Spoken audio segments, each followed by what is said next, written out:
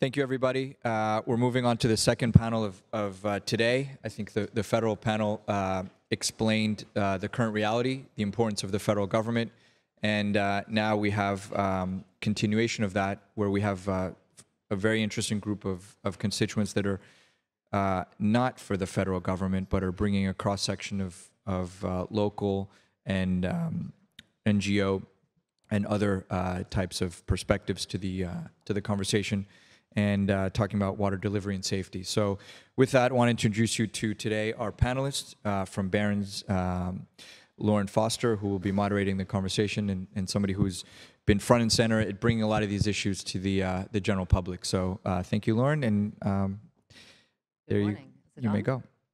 Is the microphone on? Great. A very good morning to you all. It's so lovely to see a room full of people. So thank you for being here. And for those of you who are joining online, it's wonderful to have you online as well. In the previous panel, we heard from the federal government what they're up to. And our panel, we really want to focus on the solutions, the what and the how. What are some of those solutions, both now and in the future? What more needs to happen? And crucially, how do we move forward, and how do we get that investment into the areas that we most need? So we have 4 distinguished panelists, and we're running very short on time, so I'm going to keep their intros very short, but I would highly encourage you to read their bios online.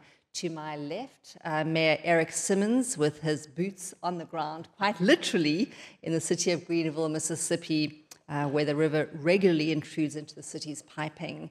Then we have George McGraw, founder and CEO of nonprofit Dig Deep. They're working to bring running water into the homes of the 2.2 million Americans living without it. I mean, that number is just absolutely staggering. Maurice Hall, to his left, leads the EDF's work to manage groundwater more sustainably, including sustainable agriculture.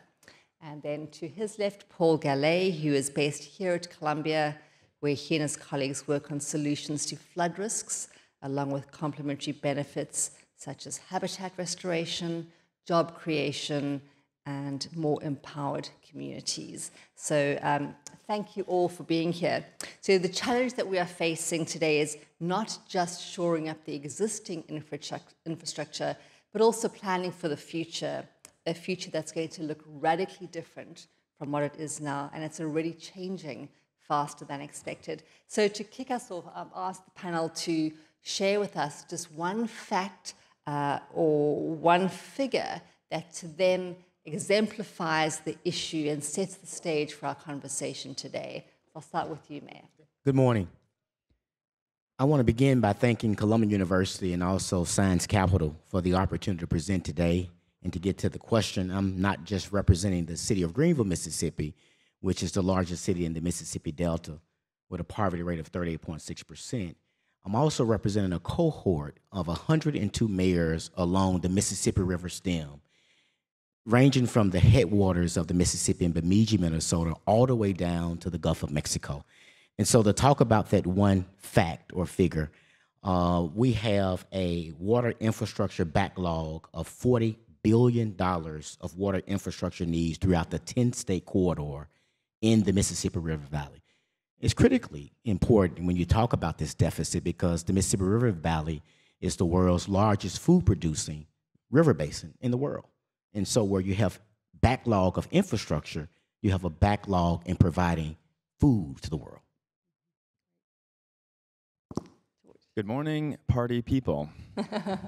My name's George. Lauren already did my job for me and said that 2.2 million Americans still don't have running water or basic sanitation at home. So I get to pick a different figure, which is a new one for us, and it's 5 to 1, which is, or 1 to 5 rather, the investment ratio in water and sanitation access.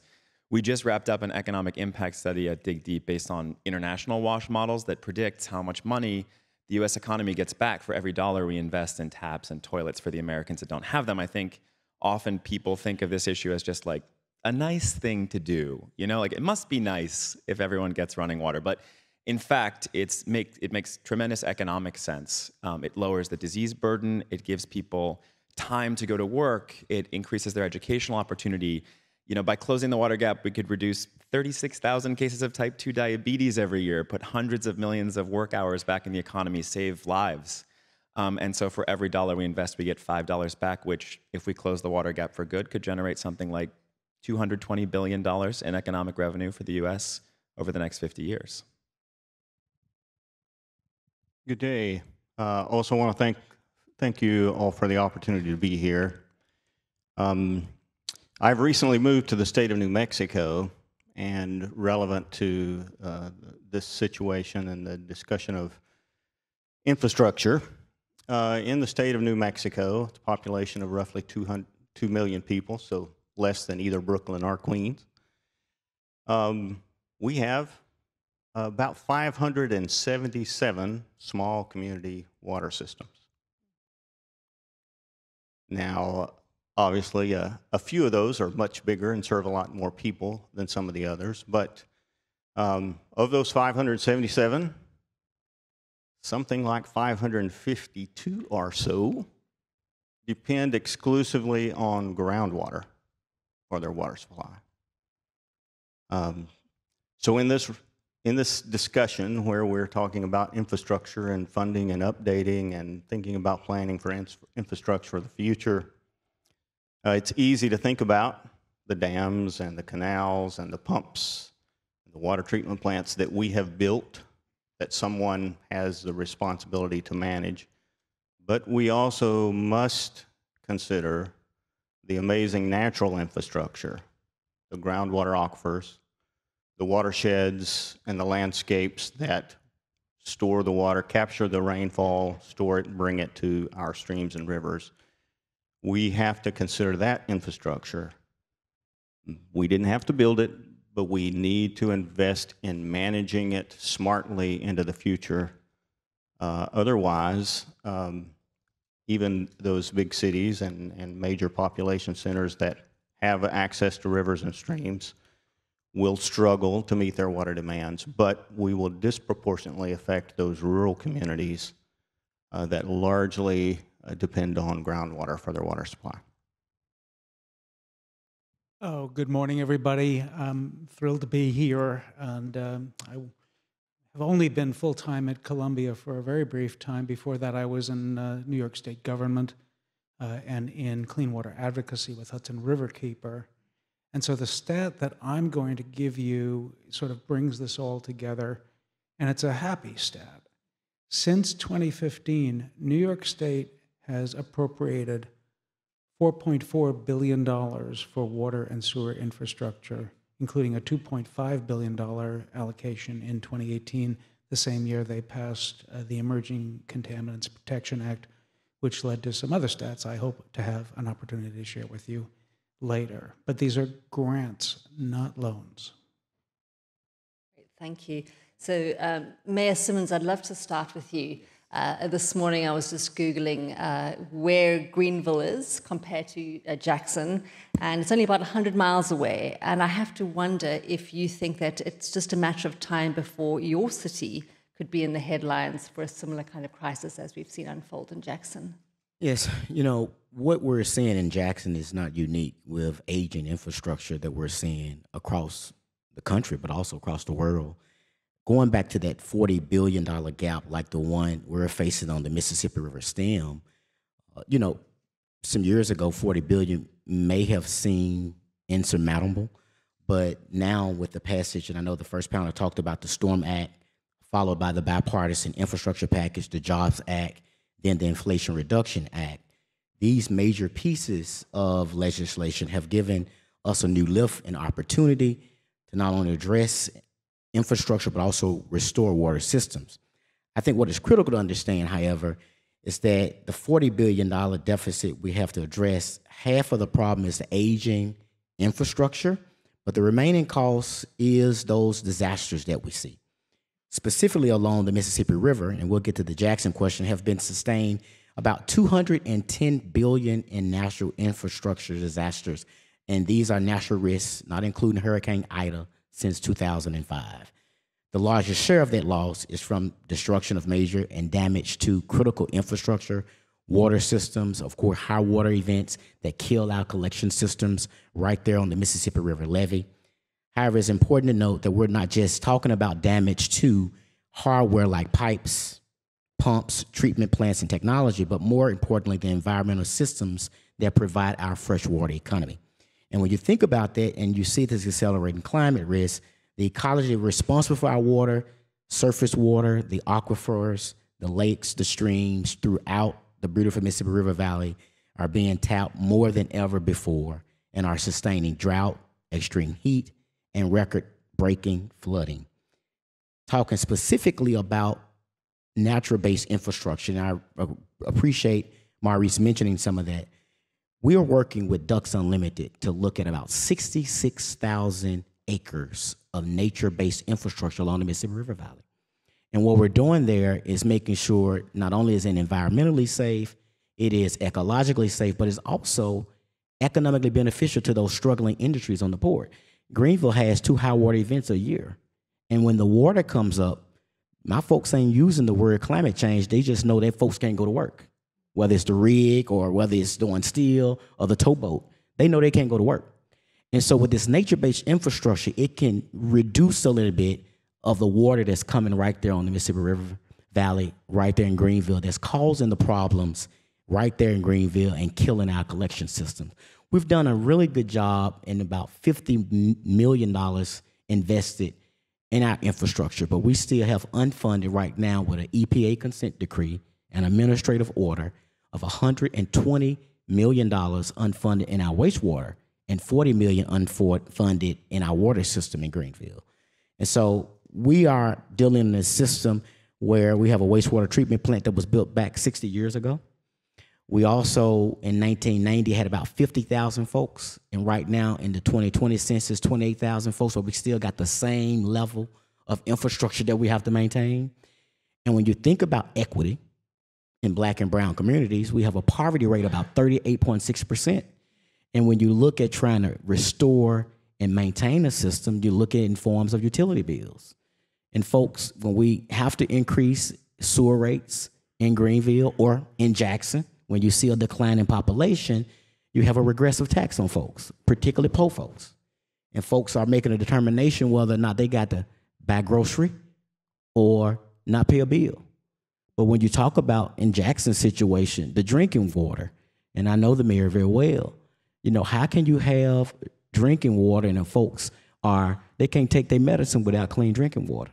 They can't cook their chicken and green beans and cornbread without good drinking water. And so it all goes around the whole idea of how you're going to maintain it, what innovative partnerships you're going to do, what communications and collaboration and concrete action that need to be taken. And so when you think about the aging infrastructure system in Greenville, like in Jackson, the certified water operators are dying out as well. A class 2, a class 3, a class 4. And they got to have the practical experience to get the tests for the next operator. So we have worked with a private company, Mancheck, because folks want to retire. And when they retire, we lose a whole heap of intellectual capital.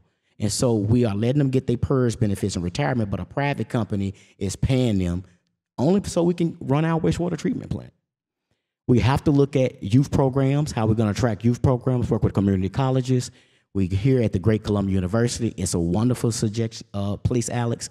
But how do we get young folks involved and entertained and excited about wastewater and water? Because it's all part of us and we need it.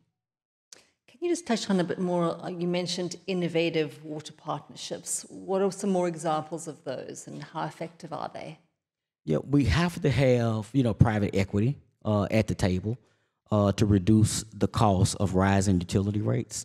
We're working with MRCTI, and we're looking at working with Science Capital and a lot of private companies to see what we can do to leverage the federal investments that we're receiving. But quite frankly, I know the panelists talked about WIFIA, but no city in Mississippi, not even Jackson, could apply for WIFIA and have a $350,000, $400,000 application. They ain't got the money for that. So when you really, truly think about it, we need a heap of technical assistance, but what you need, what he just said about New York, is you need grant money to help Black and brown communities and tribal communities get their systems up to par and also begin to maintain those systems. And I guess for those who aren't familiar, the MRCTI is the Mississippi River Cities and Towns Initiative. Is that correct? Yes. Okay, great. And you're co-chair of that, I believe. I'm co-chair along with the Memphis Mayor, Jim Strickland, and it's a great group of bipartisan mayors that are looking not only at disaster risks, how we can improve water quality, food, but also how we can work together with climate performance as well. Great. So, George, I'd love to bring you into the conversation here, especially because you also do have quite literally boots on the ground. Your concern is access. Dig Deep released a report, I believe it was in June. At least 2 million Americans still don't have clean running water or basic plumbing at home, and it comes with a huge economic cost. So, I mean, the question I just have to ask is, how is it even possible that in this day and age, in a place that we think of America, that there are still more than 2 million people who lack something as basic as fresh water or plumbing in their homes? Yeah, so, so much of the conversation today will be about those 51,000 and change public water systems in the US. So many of us are focused on solving those problems, expanding them. Most of the bipartisan infrastructure law money and existing federal programs that are focused on making those systems more resilient, replacing lead lines, dealing with contamination. I'm here as one of the few representatives for the people at the very bottom of that pyramid, folks without any access at all, a number which I think shockingly is growing in the US based on recent census figures from 2020.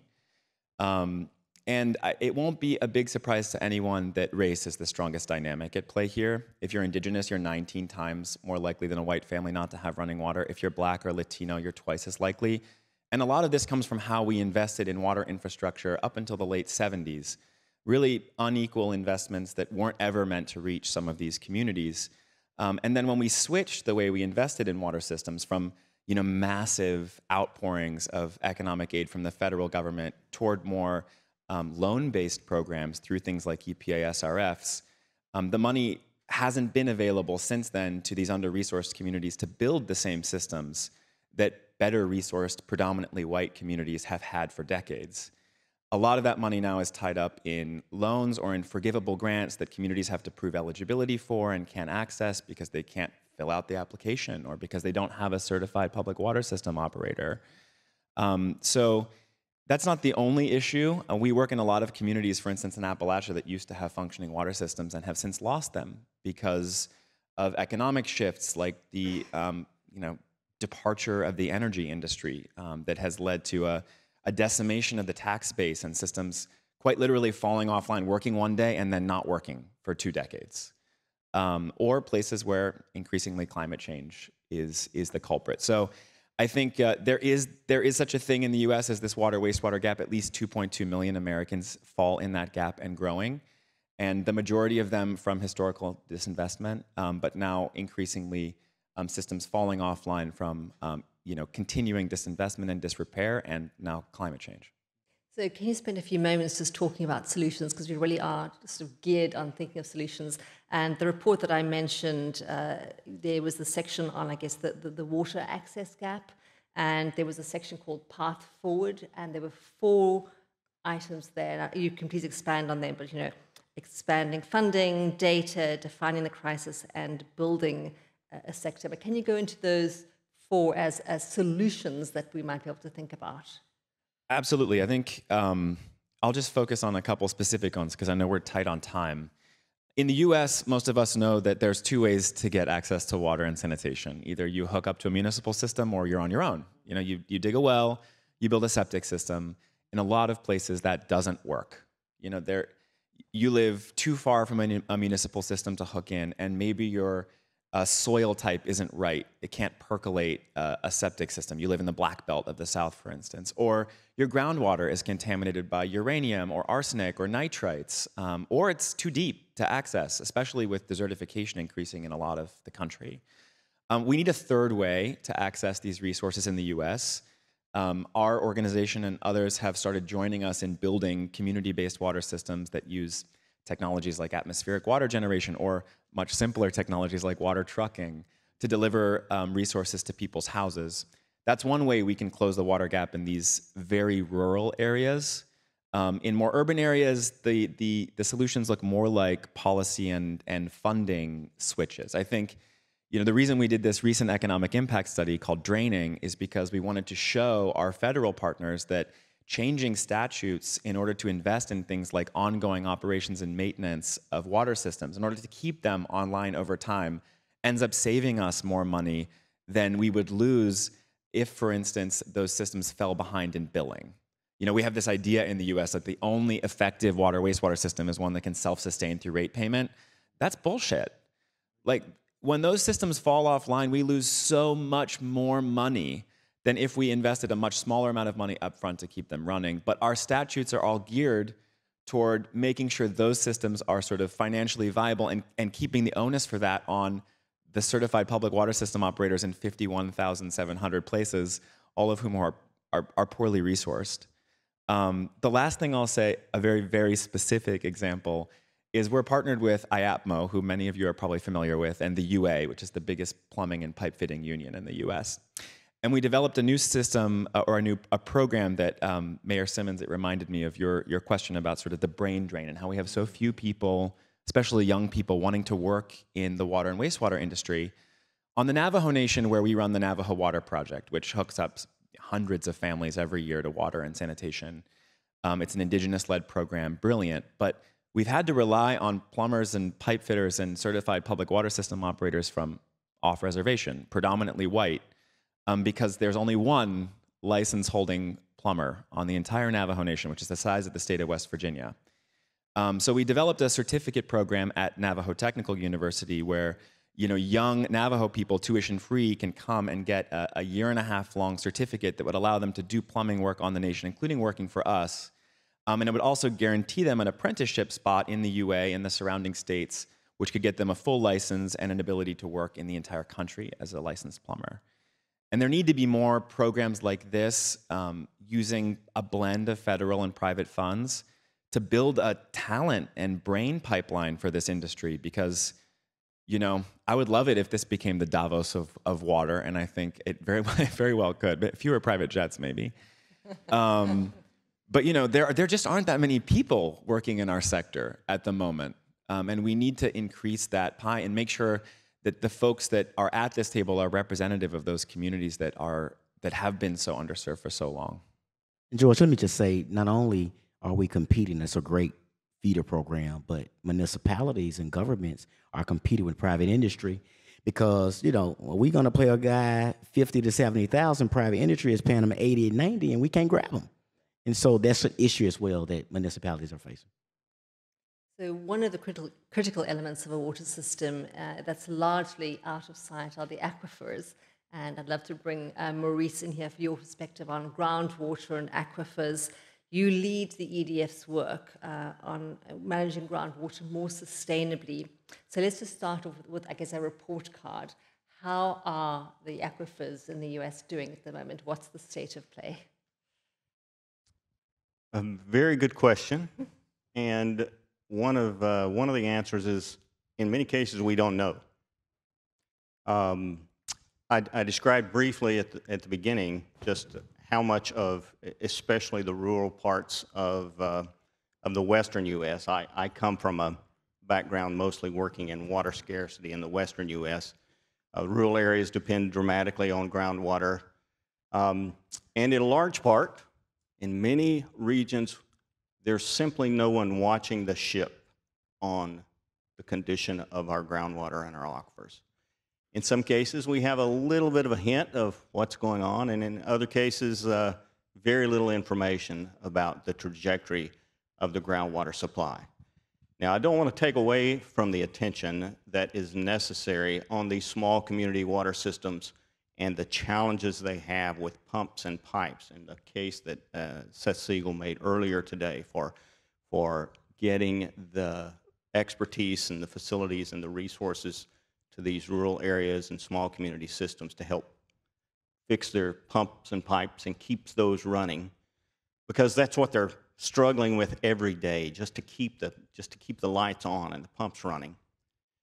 But if the pumps keep running, the groundwater conditions at some point in many of these areas are going to get to where they can no longer pump the groundwater. The natural infrastructure of the groundwater basins are no longer capturing and delivering enough water for their use. And so we also have to pay attention to the long game. And I say the long game, but in fact, many areas are running risk at the moment. I spent most of my career in California and was involved in helping to pass the Sustainable Groundwater Management Act in 2014 that required, for the first time, most of the groundwater aquifers in California that supply tens of millions of people and roughly 8 million acres of irrigated agriculture with part of their water supply. And now, a few years later, hundreds, if not thousands of people get up every day thinking about the conditions of those aquifers and making plans and making adjustments and making management decisions to ensure that those aquifers can continue to provide that water, that critical water supply, perhaps at a lower level because most of those aquifers were being overdrafted or overused. But they're at least thinking about it and someone's watching the ship. In rural Arizona, outside of a small number of active management areas that were established in 1980 with the Arizona Groundwater Management Act, in rural Arizona, the condition, the wild, wild west still exists. No one's watching the ship for the groundwater conditions in those rural areas. And in much of my newly adopted home state of New Mexico, the situation is the same.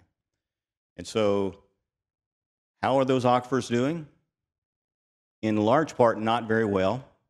And in some cases, we don't even really know the condition and the trajectory of those aquifers. Well, this has to then beg the question, what needs to be done? I mean, if no one's watching the ship and only small communities of people are aware of the situation and are monitoring the aquifers, and it's a dire situation, what must be done now? So one of the most important things in this case is governance. Governance, no one really wants to talk about it, but in some way, someone needs to be given the responsibility of paying attention and the authorities and the resources to actually manage that groundwater. And in large part, the states have that responsibility. And so we're working urgently to try and encourage the states that haven't passed significant groundwater legislation or don't have a general oversight to begin the process of defining that.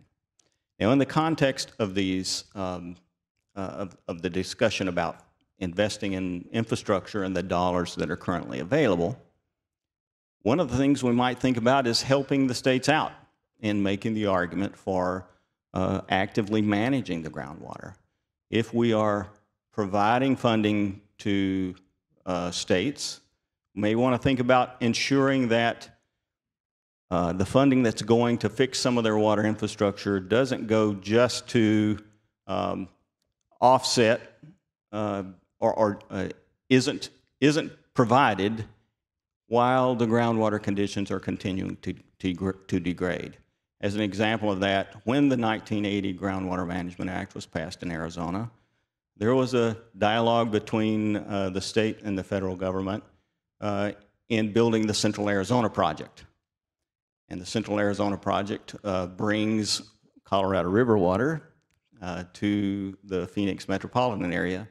And there was basically an agreement that Arizona, in order to have the federal funding to complete that surface water project, Arizona needed to fix the groundwater conditions and begin managing the groundwater proactively in the Phoenix and Tucson metropolitan areas. And that was part of the arrangement for making that happen. And so as we spend these funds, leverage these funds to make sure that we have a holistic approach to water management. And as some of the other earlier panelists said, we don't just fix one problem, exacerbate another one, or leave part of the community, especially these rural communities, out of the picture. So on the prior panel, we heard several times about the Justice 40 initiative. And Paul, I'd love to bring you in here, one for your perspective on that initiative, but then also help tie this all together. I mean, with planning, what does a new approach need to look like? Well, I wear two hats at Columbia. One is to work on water issues, and another is to work on coastal adaptation and flood protection planning. And, to try to tie some things together, we have to do a better job on water affordability. More than a third of American households are at risk of losing or have lost access to clean, safe, affordable drinking water. Some of that can be resolved by individual metering. In Chicago, if your home or your apartment is individually metered, you're likely to pay 40% less for your water than if you're on a common metering system. California has the first state-run program to help low-income residents pay their water and sewer bills. We also have to be honest about the impacts of privatization as it's been practiced on affordability. A recent study of the 500 largest community water systems in the US has found that privately owned water systems have higher water prices, about $144 per year average, which is a big deal in a country where a lot of people don't have $144 in the bank. And that water prices are also higher in states with regulation that favors private investment. We have to be honest about the energy and cost impacts of solutions like desalination, which is 2 or 3 times more energy intensive and up to 3 times more expensive than membrane treatment water recycling. And very few people really want to talk about membrane treatment-based water recycling, but cities around the country and around the world are doing so, and more will. But to bring it all together, we need a new model of community engagement. And I was very happy to see Assistant Secretary Connor on the earlier panel, because he has directed the Army Corps of Engineers to, quote, put disadvantaged communities at the front and center of studies, truly listen to their needs, and align the Army Corps' mission and authority with their vision. Now, I think we all know how hard that will be to do well. And I say this as somebody who was in government for a dozen years and failed far more often than I succeeded in terms of achieving those goals.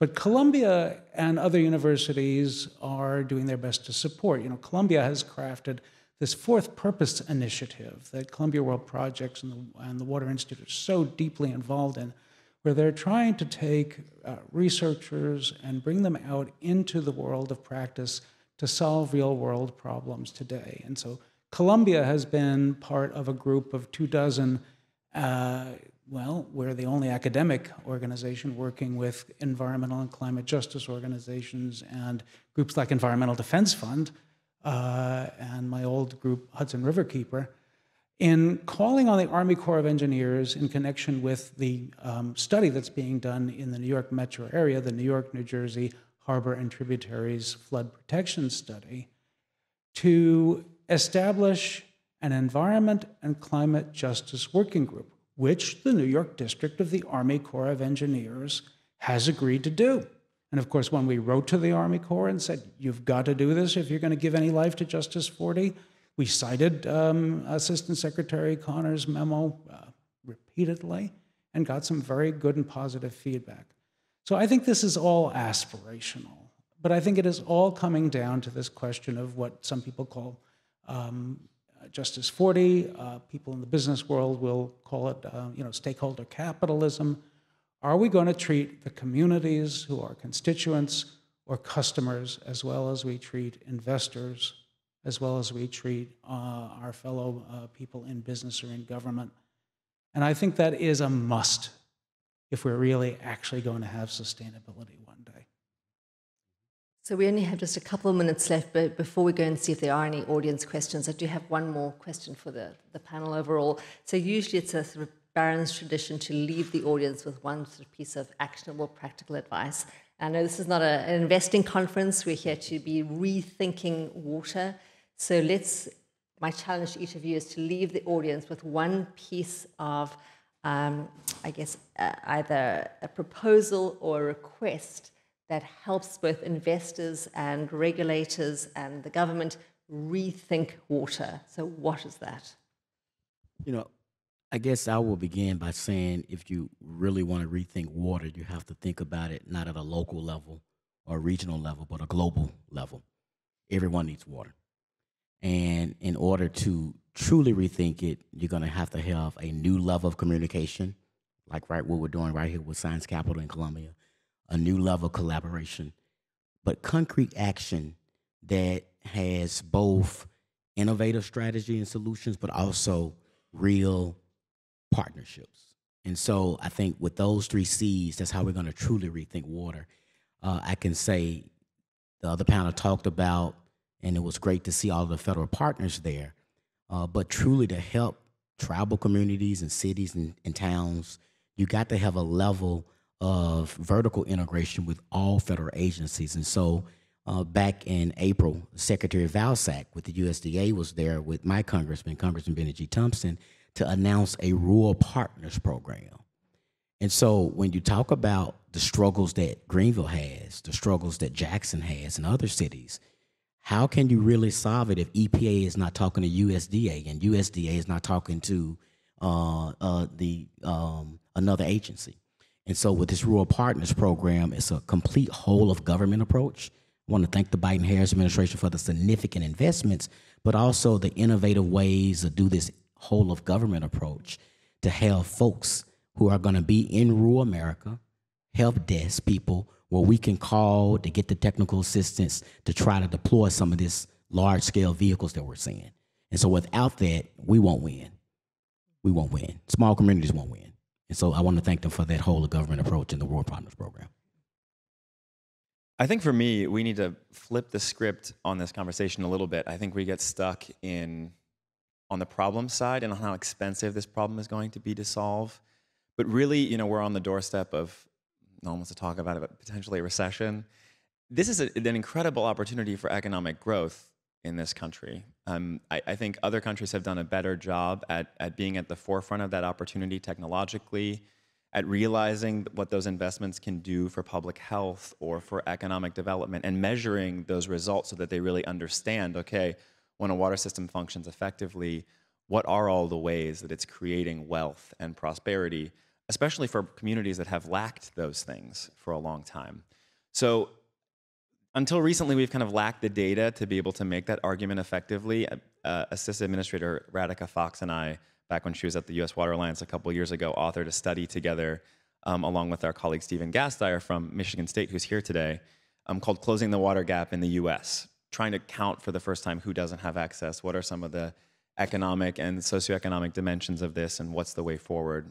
And at that time, at the very end, we were like, oh, I wish we could put a price tag on this, but we can't, because we're not collecting good federal data on that, and no one's collecting good private data on it either. Now, we're starting to get that data through efforts like ours at Dig Deep in partnership with others, and we can start to have more compelling conversations, I think, with our most recalcitrant colleagues and most reluctant members of Congress about, what really is the economic opportunity here. It's not downside. It's not saving the ship from sinking completely.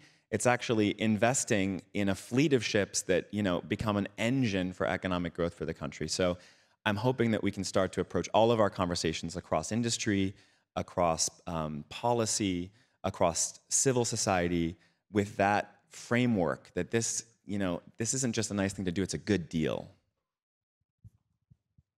Love those ideas. I think consistent with my earlier message, I think whatever your role is in water, perhaps you're making investments, maybe you're making decisions about dispersing some of the funding that is available. I ask you to think about not only that infrastructure, but let's look upstream. Ask those who are advising you, what does this mean, or what is the situation with the natural infrastructure that collects, stores, sometimes even naturally treats, and delivers the water from the rain to my well, if I'm using groundwater, or to our intake if we're a community system or a city system that's accessing a river or stream.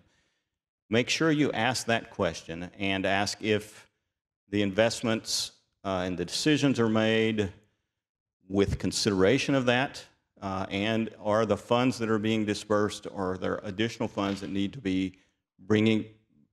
being brought to address the issues for that natural infrastructure. That infrastructure, we've tended to ignore it.